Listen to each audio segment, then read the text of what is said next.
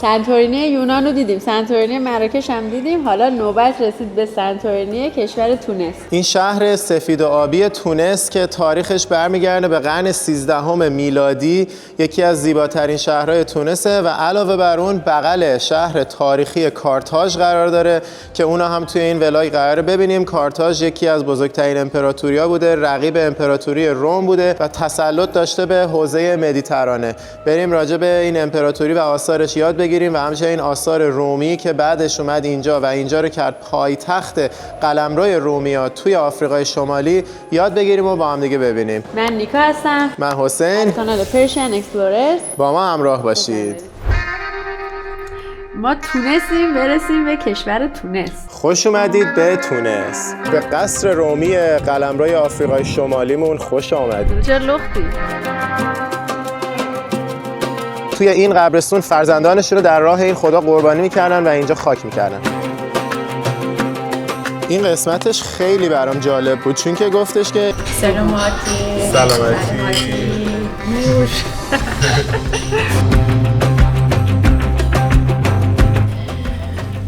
منظره رو ببین.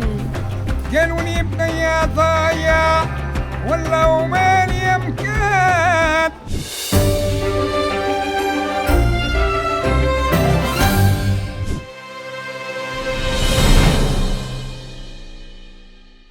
همین الان از هتل زدیم بیرون که بریم سمت قسمت‌های تاریخی و همچنین زیبای بیرون شهر تونس.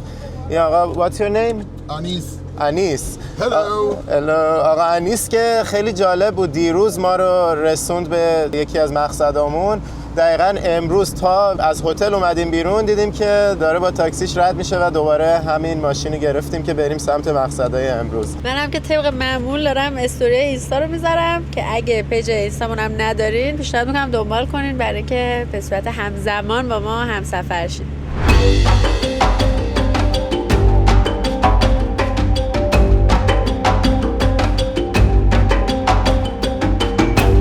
اینجا یه پل بزرگه که از این قسمت اصلی شهر تونس میره به سمت کارتاژ و سیدی بوسعید که امروز داریم میریم.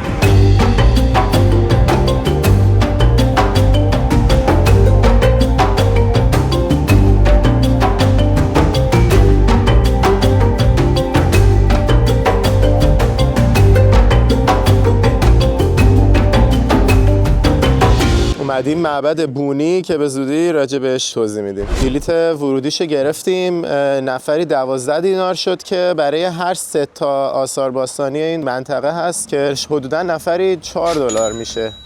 خیلی قیمتش کم بود برای این آثار باستانی‌ها.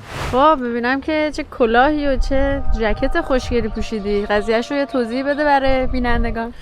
این لباس سنتی تونسیه که قبلا مراکشی بوده، الان که اومدیم تونس تونسی شده. آره خیلی لباساشون شبیه، یعنی حتی راننده هم که تا حسین نشست گفتش که کلاه تونسی، لباس تونسی، در حالی که ما اینا رو از مراکش گرفته بودیم. آره. در مورد امپراتوری کارتاژیان که رقیب امپراتوری رومی بوده توی ولاگ اول تونس صحبت کرده بودیم و اینکه پایتخت امپراتوری کارتاژی هم توی همین شهر کارتاژ که الان اومدیم بوده که چسبیده به شهر تونس و یه جورایی بخشی از شهر تونس یا حومه شهر تونس حساب میشه. حالا اومدیم به تاریخی ترین اثر بازمانده از امپراتوری کارتاژیان توی کل کشور تونس که تاریخی ترین نقطه تونس هم حساب میشه، هرچند که خیلی آثار بزرگ و شگفت انگیزی نداره ولی یک داستان خیلی غم انگیزی پشت این قبرستان تاریخی هست. این قبرستان 2800 ساله است که یک معبد هم بوده، بهش میگن معبد پونی که تو عربی میشه معبد بونی یا همچنین بهش میگن توفه سالامبو. حالا داستانی که درباره این قبرستون میگن اینه که این کارتاژی‌ها یه خدایی داشتن به اسم مولوچ. توی این قبرستون فرزندانشون رو در راه این خدا قربانی میکردن و اینجا خاک میکردن. حالا یه سریا میگن که این داستان و رومیا برای کارتاژی‌ها در آوردن که اونا رو بد و خشن نشون بدن و بهونه داشته باشن برای اینکه بیان اینجا رو تصرف کنن. بعضیا هم میگن که به خاطر اینکه توی همین قبرستون یه سری اسکلت‌های بچه پیدا شده واقعا این داستان حقیقت داره. حالا اون سولومبو کیه؟ سولومبو بر اساس یه داستان، یه در واقع رمان به اسم سولومبو که در مورد همین قبرستون نوشته شده هست. در واقع یه شخصیت مذهبی یا کشیش زن بوده که خیلی ناراحت بود از اینکه این اتفاقا داره اینجا میافتاده و سعی می‌کرده بیاد مقابله کنه با این قضیه و این سنت رو عوض کنه. به خاطر همینه که بهش میگن تحفه سولومبو یا معبد پونیا. پونیا هم همون از پونیک میاد که یکی از اقوام فونیشیانا بوده که توی ولاگ اول راجبشون صحبت کردیم. فونیشیانا یا کنعانیان که اولین کسایی بودن که اومدن تمدن رو وارد این ناحیه شمال آفریقا کردن. حالا میدونیم که بعد از دوره کارتاژیان رومیا میان اینجا رو میگیرن. به خاطر همین اکثر آثار باستانی که توی این ناحیه کارتاژ میبینیم مربوط به دوران رومیا هست و در ادامه قرار اون آثار رو هم ببینیم. این شبه جزیره‌ای که پشت سر من میبینید که به نظر میاد یه طبیعت گوگولی خوشگله، در واقع حدود 2800 سال پیش یکی از مهمترین نقاط امپراتوری کارتاژ بوده. اینجا در واقع یه اسکله مخفی بوده که کارتاژیا می اومدن که دور از چشم رومیا کشتی‌های جنگیشون رو بسازن. یعنی تصور کنین که دور تا دور این شبه جزیره یه عالمه کارگر مشغول به کارن، دارن کشتی‌های جنگی میسازن و از همین نقطه میفرستادنشون برای جنگ با رومیا. در واقع پونیک وارز که توی بازی‌های کامپیوتری مثل کلش آف تایتنز شاید اسمش رو شنیده باشین، کشتی‌های جنگیش از همین نقطه تامین می‌شده. یکی از اون کارگران هنوز زنده است. دنبال چیه به نظره؟ دنبال آثار قایقات؟ آره. اینجا هم نوشته بندر پونیکس که همون پونیا هستن که راجبشون صحبت کردیم.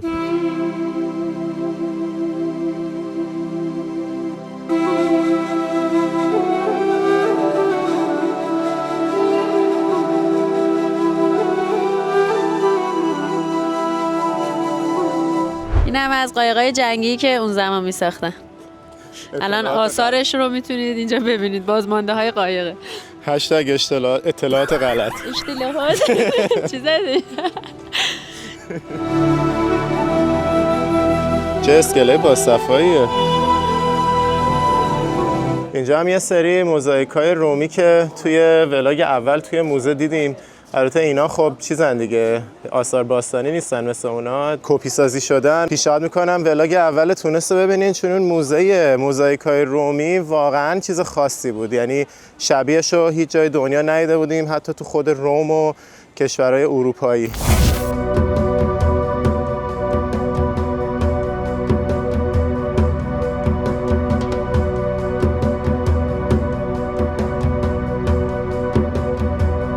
این شهر کارتاژ که میای دیگه همجوری باید پیاده بری آثار مختلف رو ببینی. اینجا یه مسیر سربالایی طولانی بود تا برسیم به آثار باستانی بعدی. قسمت آخرش هم از این پله ها باید میرفتیم بالا.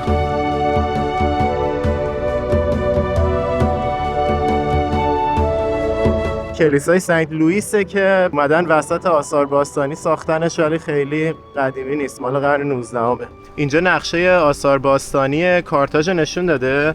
ما از اینجا که همون قبرستونه بود توفت شروع کردیم، اومدیم این اسکله که توش کشتی‌های نظامی رو میساختن رو دیدیم و حالا اومدیم این بالا که یه سری آثار باستانی دوران کارتاژیاست، میریم اینجا رو هم میبینیم و بعدش میایم قسمت‌های رومی ترش رو که سمت شمال شرقش هست میبینیم و همچنین تئاتر رومی شهر کارتاژ. حالا اومدیم موزه کارتاژ رو ببینیم که روی یه تپه قرار داره، منظره خیلی قشنگی هم به شهر داره. موزهش سربازه و بیشتر آثار این موزه مربوط میشه به دوران رومی کارتاژ.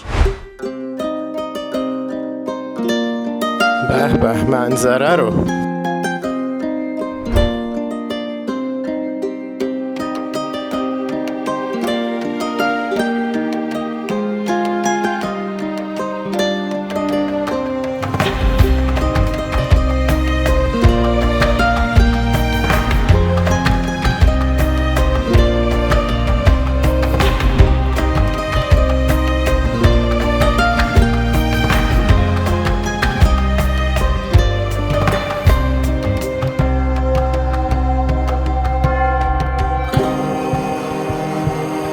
این قسمت بهش میگن پونیک کوارتر، یه محله کوچولوی دوران کارتاژیاست که یکم آثارش رو هنوز میشه دید، چون رومیا وقتی که میان کارتاژ میگیرن کاملا شهر رو با خاک یکسان میکنن و حتی روش هم دوباره خاک میریزن، کامل پاکش میکنن و از اول میسازنش.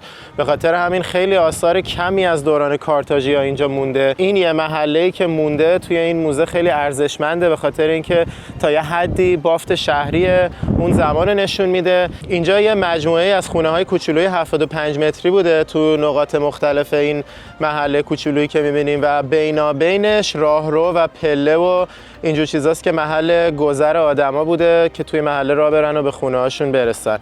و این دیگه ته محله پونیک یا کارتاژی قدیمه که توی شهر کارتاژ میشه دید. به اضافه اون قبرستونی که دیگه میگن قدیمی ترین اثریه که از اینجا مونده. اینجا ادامه همون محله‌ایه که راجبش صحبت کردیم. نگاه کنین خیلی بزرگتر از اون زاویه‌ای که داشتیم میدیدیم. قشنگ اینجا میشه ساختار محله رو دید و گذرگاه‌هایی که توش وجود داشته. و توی این تصویر میتونیم 3 تا تمدن مختلف رو در کنار هم ببینیم. این طرف تمدن پونیک یا کارتاژیان قدیم رو میبینیم. یکم اون طرفتر رو نگاه کنیم، آثار رومی و اون ستونی که اونجا هست مال دوران رومیاست رو می‌بینیم و پشتش یه ساختمونیه که توی دوران استعمار فرانسوی‌ها ساخته شده و همچنین اون کلیسایی که اون طرفه.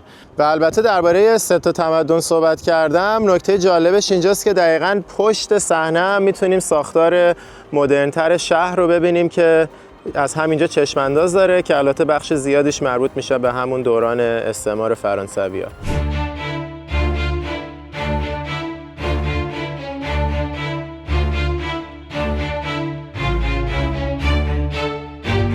اینا دیگه همه مال دوران رومی هست.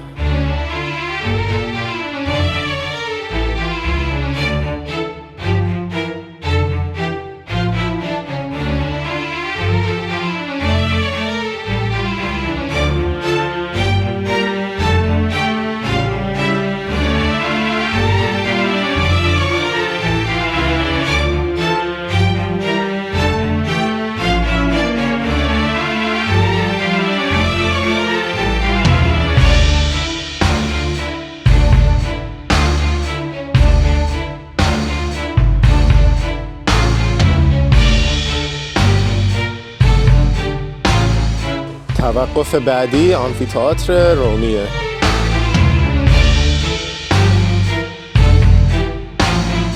رسیدیم به آمفی‌تئاتر رومی کارتاژ که البته در مقایسه با اون آمفی‌تئاترای رومی که توی خود یونان یا تو خود روم قبلا دیده بودیم تو ولاگای قبلی، اینجا اصلا به اندازه اونا با شکوه و عظمت نیست، خیلی چیز خاصی نداره. اما یه آمفی‌تئاتری توی این کشور، تو کشور تونس وجود داره که توی ولاگای بعدی میریم و بهش سر میزنیم. برای همین اگه هنوز سابسکرایب نکردی سابسکرایب کن که اون آمفی‌تئاتر اصلی این کشور رو توی ولاگای بعدی ببینی که اون آمفی‌تئاتر حتی با کالیسیوم روم برابری میکنه. البته این توضیح هم باید اینجا اضافه کنم که حالا هرچند که این آمفی‌تئاتر نسبت به آمفی‌تئاترهای دیگه‌ای که دیدیم اونقدر چیز خاصی نیست، ولی کلا آثار رومی شهر کارتاژ اهمیت تاریخی خیلی زیادی داره، به خاطر اینکه همونطور که تو ولاگ اول توضیح دادم کارتاژ پایتخت اصلی امپراتوری روم توی قلمروی آفریقای شمالیش بوده و به خاطر همینه که اصلا آثار رومی اینجا جزو برجسته ترین آثار رومی کل دنیاست. همونطور که موزه موزاییک‌های رومی رو توی ولاگ اول دیدیم که تو کل دنیا خیلی موزه خاصی به حساب میاد.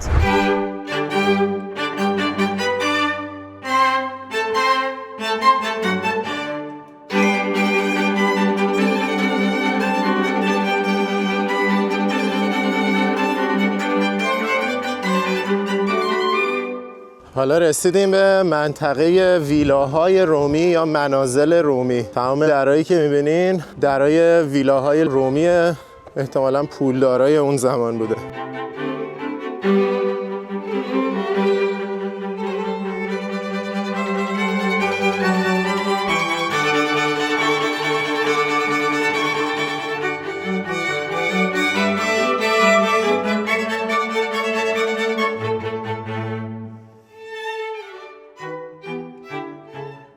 این قسمت هم که وسط این ویلاها قرار داره حموم عمومیشون بوده که اینجا سنگای مرمر اوریجینال این حموم رو میبینیم. جنسش اینجوریه، گفتش مرمر ولی خب کم ترکیب مرمر یعنی مرمر خالص نیست.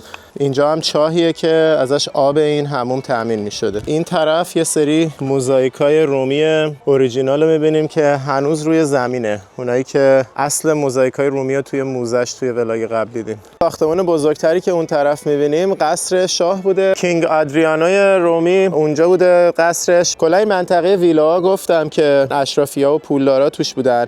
این جایی هم که می‌بینیم ساختار یکی از خونه‌های قدیمی یکی از اقوام شاه، حالا نمیدونیم دقیقاً کدومشون بوده. اینی که اینجا می‌بینیم این گوشه، طرف گفتش که این یه فریزر بوده، نقش فریزر رو داشته، توش مواد غذایی نگهداری کنن. و این آقا هم که یه سری از این توضیحات داره به من میده، همینجوری خودش اینجا بود، اومد یکم راهنمایی کنه که احتمالاً آخرش یه انعامی بهش بدم. جالب طرف اصلا انگلیسی هم بلد نیست ولی فرانسوی و ایتالیایی بلده. من چون اسپانیایی بلدم همینجوری جملاتی که میگه یه چیزایی از توش میتونم بفهمم و ترجمه کنم برای شما. اینجا یه سری ستون مرمریه که گفتش مال کشورهای مختلف بوده. این یکی ایتالیاییه، اون فرانسویه و این یکی یونانیه. این قسمتش خیلی برام جالب بود چون که گفتش که این کبوترها رو اینجا نگهداری میکردن. این خونه کبوترای پیامبر بوده که از طریقشون نامه میفرستادن برای روم. یعنی وای به حال دگرگیرم بیافتید حمید معصوم نژاد رام. من همیشه توی این فیلم‌ها و داستانا که مثلا با پرنده نامه میفرستن برای همدیگه، خب به عنوان یه افسانه در نظرش میگرفتم، ولی این الان به من میگفتش که واقعیت داشته، به خاطر اینکه این کبوترها خودشون مهاجرت میکردن از اینجا به روم و اینا فقط این نامه ها رو میبستن بهشون که وقتی رسیدن اونجا این نامه منتقل بشه. به جای تلفن و ایمیل و اینجور چیزا از کبوتر استفاده میکردن. حالا من که خودم هنوز واقعا نتونستم باور کنم، ولی این چیزیه که این آقا بهم میگفت. حالا یه سرچ هم کنم ببینم واقعیت داشته یا نه. من الان یه سرچ سریع کردم، فهمیدم که واقعا کبوترها برای انتقال پیام و نامه استفاده می شدن توی زمان رومیا و حتی قبلتر از اون زمان یونانیای باستان، ولی برای مسافت به این طولانی مثل تونس به روم قابل اتکا نبودن. برای مسافتایی که میدونن این مهاجرت حتما صورت میگیره استفاده می شدن. مسافت به این طولانی بیشتر افسانه‌ایه، ولی اینی که کبوترها اونجا زندگی میکردن و برای پیامبری استفاده میشدن واقعیت داره. بیزانتینو se cucina, guarda il tableau, te bizantino, non pa romano, di grandi. اینا مال زمان بیزانسی بوده، بعد از رومی ها اینجا رو داشتن. C'est un pièce pour faire le maquillage, les femmes romaines, les lex romains, faire le maquillage. Maquillage, yes. Fait cassé. Maquillage. اینطور که فهمیدم اینا هم برای مواد آرایشی استفاده می شده، همین مکیاژ که داشت می گفت. اگه اشتباه گفتم تو کامنت ها بگین لطفا. اینم یه زمین موزاییکی داخل یکی دیگه از این خونه های قدیمی و اینا هم موزاییکای اوریجیناله که کف همین زمین افتاده. اینجا هم الماس و جواهرات نگهداری میکردن. در نهایت یه 10 دینار هم پول اینجا رو بهش انعام دادم که میشه حدوداً $3 و خیلی هم خوشحال شد. بریم برای ادامه ماجرا. حالا اومدیم وارد قصر شاه بشیم. قصر شاهش دیگه چیزی ازش نمونده. آره خیلی جالبه. بازمانده‌های قصر شاه رومی مال قلمروی رومیای شمال آفریقا.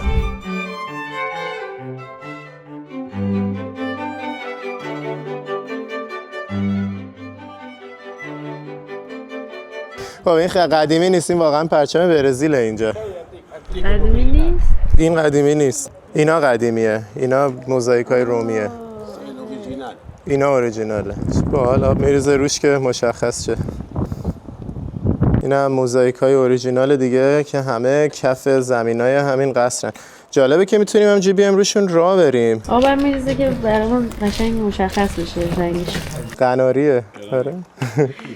اینم طاووسه. غزل. العربي غزال. آره. جالبه. این موزاییکای اوریجینال رو میبینیم ولی لابلاش طرحهای دیگه‌ای که هست گفتش که برزیلیا، کانادایی‌ها، ایتالیایی‌ها خیلی ها اومدن اینجا اون قسمتش که ناقص بوده رو بهش اضافه کردن و به خاطر همین اینجوری ترکیبیه یا پرچم برزیل رو این وسط میبینیم. واو چه منظره قشنگی داره از اینجا. شاه عجب منظره‌ای داشته. اصلا کلک. شاه از قدیم اهل منظره بود. خوب منظره‌ای داشته کلک. خود همین آقایی که اومد راهنماییمون کرد در نهایت یه کادوی خدافظی هم بهمون داد. آره 2 تا باقلوا و 2 تا شیرینی مثل شبیه دوناته. حالا با بخوریم ببینیم چجوری. من که موهام فکر کنم خیلی بادومن پریشون شده. اینا هم از حمامای قدیم رومی که آخرین مقصدمونه توی این گشت کارتاژمون.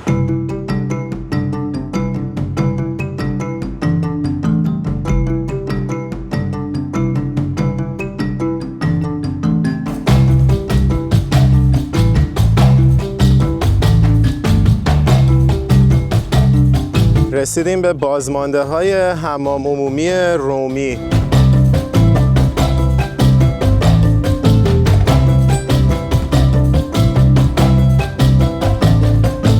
چیزی که این مجتمع حمام عمومی رو خیلی خاص میکنه اینه که کلاً یه مجتمع خیلی بزرگه که همه آدمای عادی می اومدن اینجا حموم میکردن و فقط برای حموم نمی اومدن اینجا، یعنی محل دور هم جمع شدن و گپ زدن و بحثای حتی تجاری و اینجور چیزا بوده. یه فضای خیلی بزرگ و به همین منظور اختصاص داده بودن و این یه جنبه اجتماعی کهن خیلی جالبی داره که تو میای اینجا تصور میکنی که چقدر آدم توی این محیط رفت آمد میکردن و به عنوان یه محلی برای گرد همایی ازش استفاده میکردن و الان میتونیم باقی مانده هاشو ببینیم. از نظر مهندسی هم خیلی جذابیت خاصی داشته به خاطر اینکه حتما میخواستن کنار دریا باشه، منظره زیبایی داشته باشه و به خاطر همین هم مجبور بودن بیان اینجا که زیر شن نرم بوده، خاک نرم بوده بسازن و همین هم خودش کارشو از نظر مهندسی سخت میکرده. مجبور بودن ابتکارهای جدید بزنن که بتونن این استخر عمومی عظیم رو توی این نقطه قرار بدن و این حموم عمومی 2000 سال پیش ساخته شده.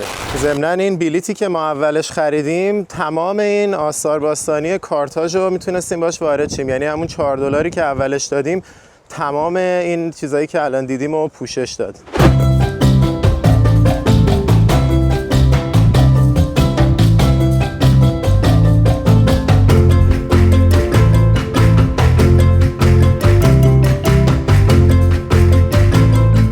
حالا رسیدیم به سیدی بوسعید، سنتورینی کشور تونس.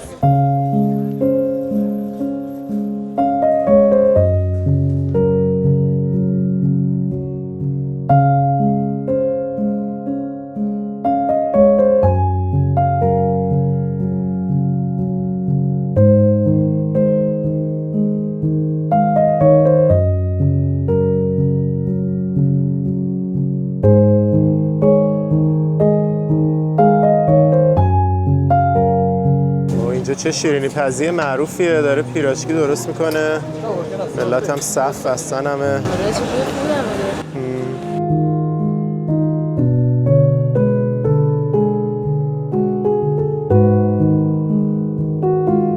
اینجا دارالعنابی یکی از ساختمان‌های معروفشه که میریم داخلش رو ببینیم.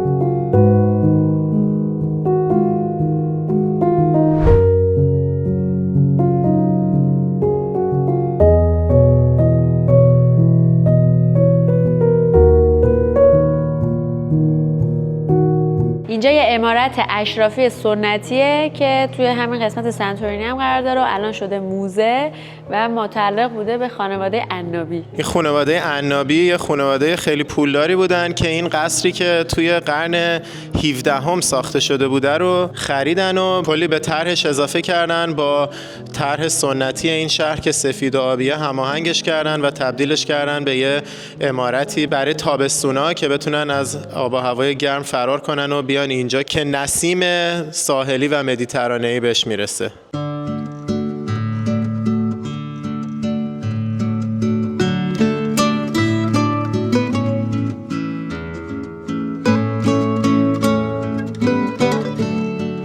قشنگ فضای سنتی قدیمی رو اینجا بازسازی کرده با حضور اشخاص فیک. آره.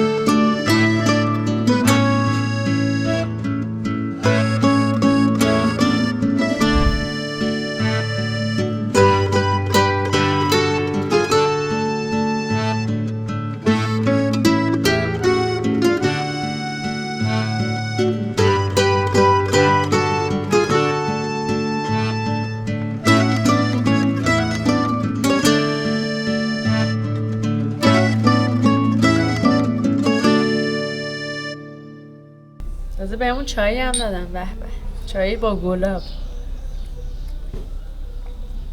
جاتون خالی. به سلامتی شما.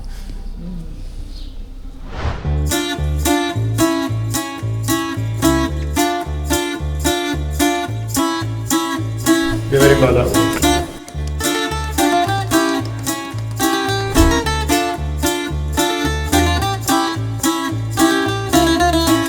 این قسمت هم اتاق مهماناشون بوده که هر کی از دوستان و آشنا خواستش بتونه بیاد اینجا بمونه. خوب بوده، جای خوبی بوده، قشنگ طبقه بالا بوده با منظره شهر. آره. اینجا یه کافه پشت بومیه که یکم ویوی دریا و ساختمان‌های شهر رو داره، اونم برج یه دونه مسجده اونجا.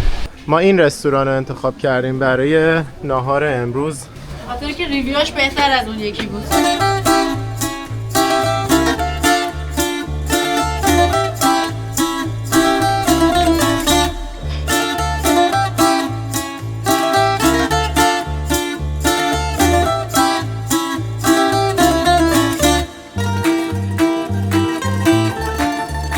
این شهر سفید و آبی سیدی بوسعید تاریخش برمیگرده به قرن 13 ولی اون موقع خب به این شکل نبوده که انقدر منظم سفید و آبی باشه مثل سنتورینی. اون موقع یه سری ساختمان‌های سفید داشته و رنگ آبی هم توش به کار برده بوده. اسمش هم از صوفی معروف اینجا میاد که اسمشو باید براتون بخونم، خیلی طولانیه. ابو سعید ابن خالف ابن یحیی البجی. این شخصیت آرامگاهش هم توی همین شهره، به خاطر همین سیدی بوسعید از اونجا اومده اسمش. و اوایل قرن 20 یه دونه نقاش فرانسوی که اومده بوده اینجا شروع کرده بوده به زندگی، خیلی خوشش میاد از اون طرح سفید و آبی و میگه که چرا کل شهر منظم به این شکل نباشه و میاد کلا این رنگا رو برای این شهر طراحی میکنه، مسئولین رو قانع میکنه که بیان اینو اعمال کنن. کلی از ساختمونا رو میاد رنوویت میکنه به همون سبک سنتی که بوده، بازسازی میشه خیلی جاها فقط نقاشی میشه و هم بافت قدیمی و سنتی خودش رو نگه میداره، همون طرح سفید و آبی زیبا رو به کل شهر اعمال میکنن و تبدیل میشه به این شهر زیبایی که الان میبینیم در کنار کارتاژ، مهمترین آثار باستانی کشور تونس. میکائیلا هم دوباره اومد به جمعمون پیوست. چطوری؟ خوبی؟ خیلی خوبم. بچه میکائیلا رو توی ولاگ قبلی باید دیده باشین، دوست اتریشی عراقی مونه که حسابی با هم دیگه گشتیم شمالی ترین نقطه آفریقا رو و حالا دوباره اومدیم که بقیه روزو با هم باشیم. خب اینم غذای محلی من، کبکبو که ماهی با سس تومیتو، سس گوجه و یه دونم کباب بره گرفتیم که قرار بزنیم. سلامتی شما. به زودی نوشیدنی دوستمونم میاد. حالا دیگه نوشیدنی میکائیلا هم اومد، بریم برای سلامتی. سلامتی نوش. اینجا به نسبت رستوران گرونیه توی تونس، غذاهامون حدوداً $15 شد نفری و نوشیدنی ها هم مثلا بین 4 تا 6 دلار. ولی خیلی منظرش خواستم، غذاش هم واقعا خوشمزه بود. صف بستیم در این خونه که باش عکس بگیریم. داشتم فکر می‌کردم تصور کن که ملت بیان دم در خونه‌ت صف ببندن که با در خونه‌ت عکس بگیرن. آره خیلی عجیب غریبه. منظره رو ببین. وو اینجا دیگه بهترین اسپاتشه، بهترین منظره که اینجا غروب رو دید. تازه به موقع اومدیم برای دیدن غروب آفتاب. آره. همه آدما هم اومدن اینجا، حالت پاتوق داره برای دیدن غروب. از این مسیر میتونیم بریم پایین برسیم به اون اسکله اون پایین و غروب از اونجا ببینیم.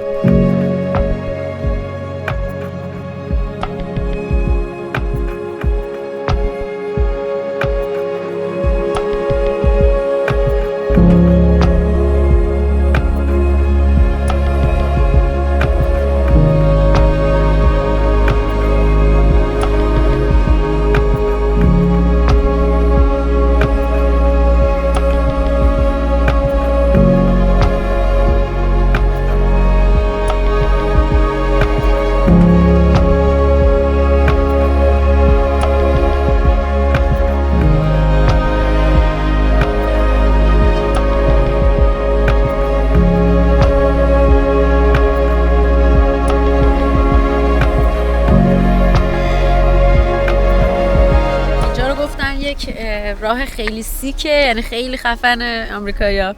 بعد حالا دیگه ما گفتیم بیافتیم توی این سایکوپت که تا تهش سیکوپت، مسیر سیکا. سایکو میشه دیگه آخرش هرچی ادامه بدیم از سیک میرسه به سایکو. خیلی قشنگ راهش. این مسیر هایکینگش قشنگ کنار این کاکتوس هست با میوه های کاکتوس. همشون هم میوه دادن. حالا این دقیقا خواست منو ضایع کنه، این میوه نداده بود. بعد نگاه روی کاکتوساشون میان اسماشونو یادگاری مینویسن. این البته نوشته سانسکریت. آره ولی خب به هر حال مثلا یه چیزی نوشته دیگه، آلفا مختلف نوشته.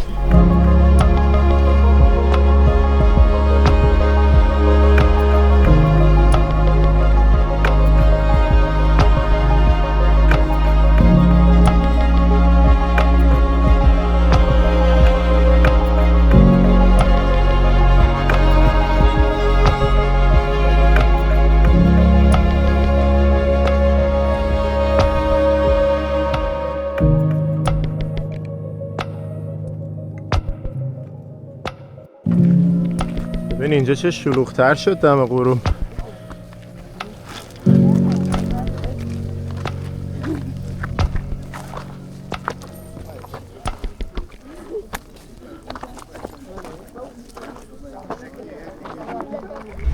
قالوني بنيا ضايع ولا ومالي مكان ولا ومالي مكان يما ولا قلبي ذاب وتغير من راسي شاب شامي انا ننساك يلي ضيعت القلب معاك بعتيني للغير وتعرف قلبي عليك يغير غيرة من اللي يرضيك.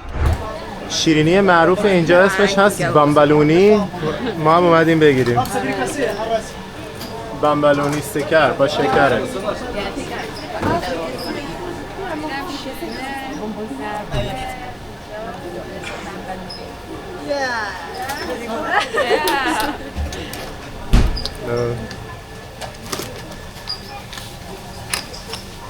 سكر لا ربعة رانيا معلم صحة صحة شکرا. خیلی اسمش بانمکه. اوكي تفضل. واو How is it?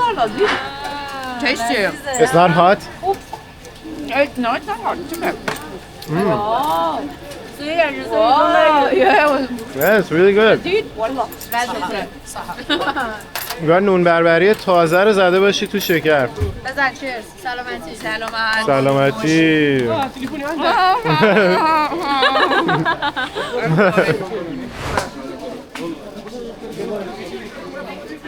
همه اینجا بمبلونی به دست. واو. آخه داغ هم هست میچسته. خیلی خوشمزه است.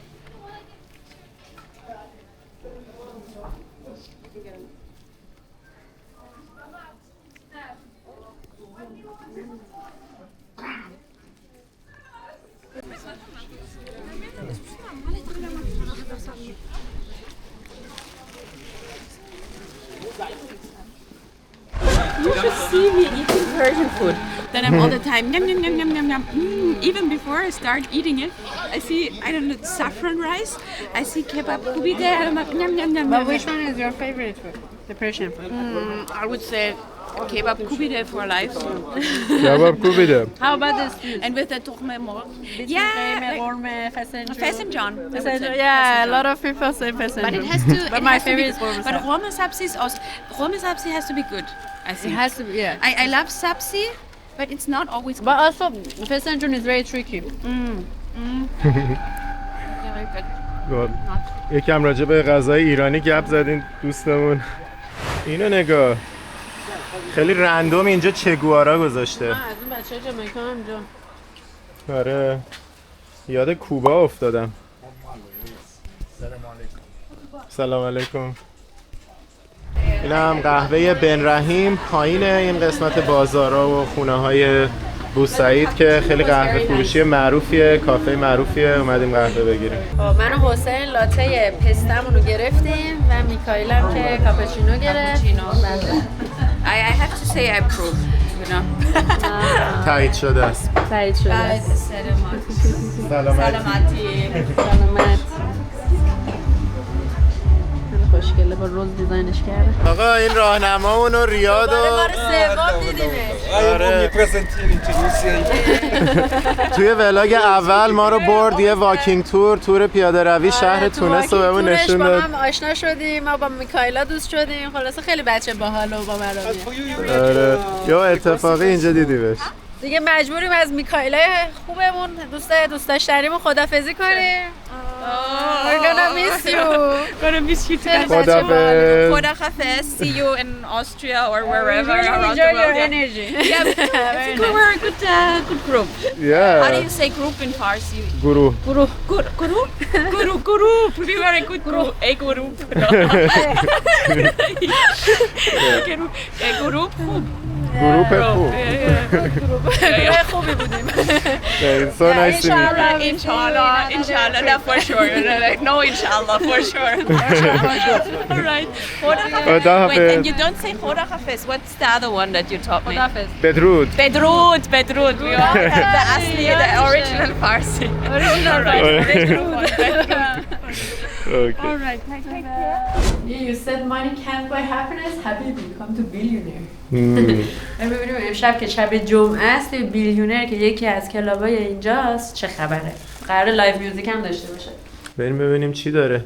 اینجا یه محل دوره همی معروفه، البته دوره همی با کلاس. زود اومدیم ساعت 7 هیچ خبری نیست. حداقل من هیچ صدایی نمیشنوم. آره شاید هم باید عمیق‌تر شیم تا ببینیم. اینجا شهر گامارسه، یعنی محله گامارسه که نزدیک همون سیدی بوسعیده. چه خوشگله. اینجا رو ببین. حالا خبری نیست.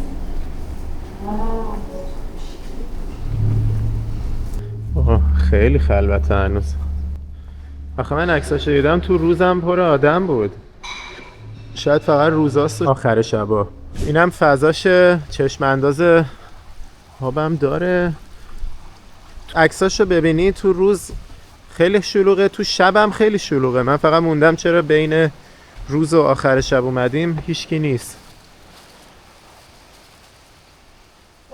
بغل ساحل. آره بس برای همینه. چقدر جذابه.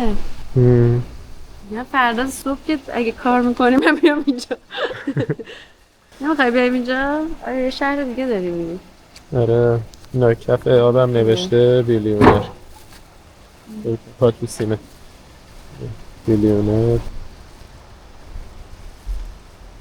کاشف به عمل اومد که اینجا تازه از ساعت 10 برنامه ها شروع میشه و اون عکسایی هم که از برنامه های روزانه دیده بودیم فهمیدم که فقط مال تابستونه. تابستونا برنامه های روزانه هم دارن، پول پارتی تور و مثلا دوره همیه تو فضای آزاد، ولی الان چون زمستونه دیگه اون استخر و اینا که ملت نمیرن، اون برنامه تابستونه‌شو نداره دیگه، فقط شبا اینجا برنامه است آخر هفته. امروز جمعه شبه، اگه بخوایم بریم 3 ساعت دیگه برگردیم خسته ایم. واسه همین منم باید کار کنم ضمناً، چون جمعه هنوز روز کاریه. میریم خونه کارامونو میکنیم، فردا شب شنبه شب برمیگردیم اینجا که دیگه میفته برای ولاگ بعدی.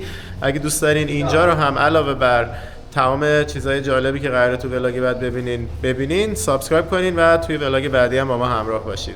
فردا قراره با یه تور یه روزه پاشیم بریم خارج از شهر، یه سری از قسمت‌های مرکزی کشور رو هم ببینیم که اون قسمت‌ها رو هم می‌ذاریم توی ولاگ بعدی. امیدواریم که از این ولاگ تا اینجا لذت برده باشید. توی این کلاب هم دوباره برمیگردیم. فردا شب رزرویشنمون رو گرفتیم که قراره اینجا بزنیم و برقصیم.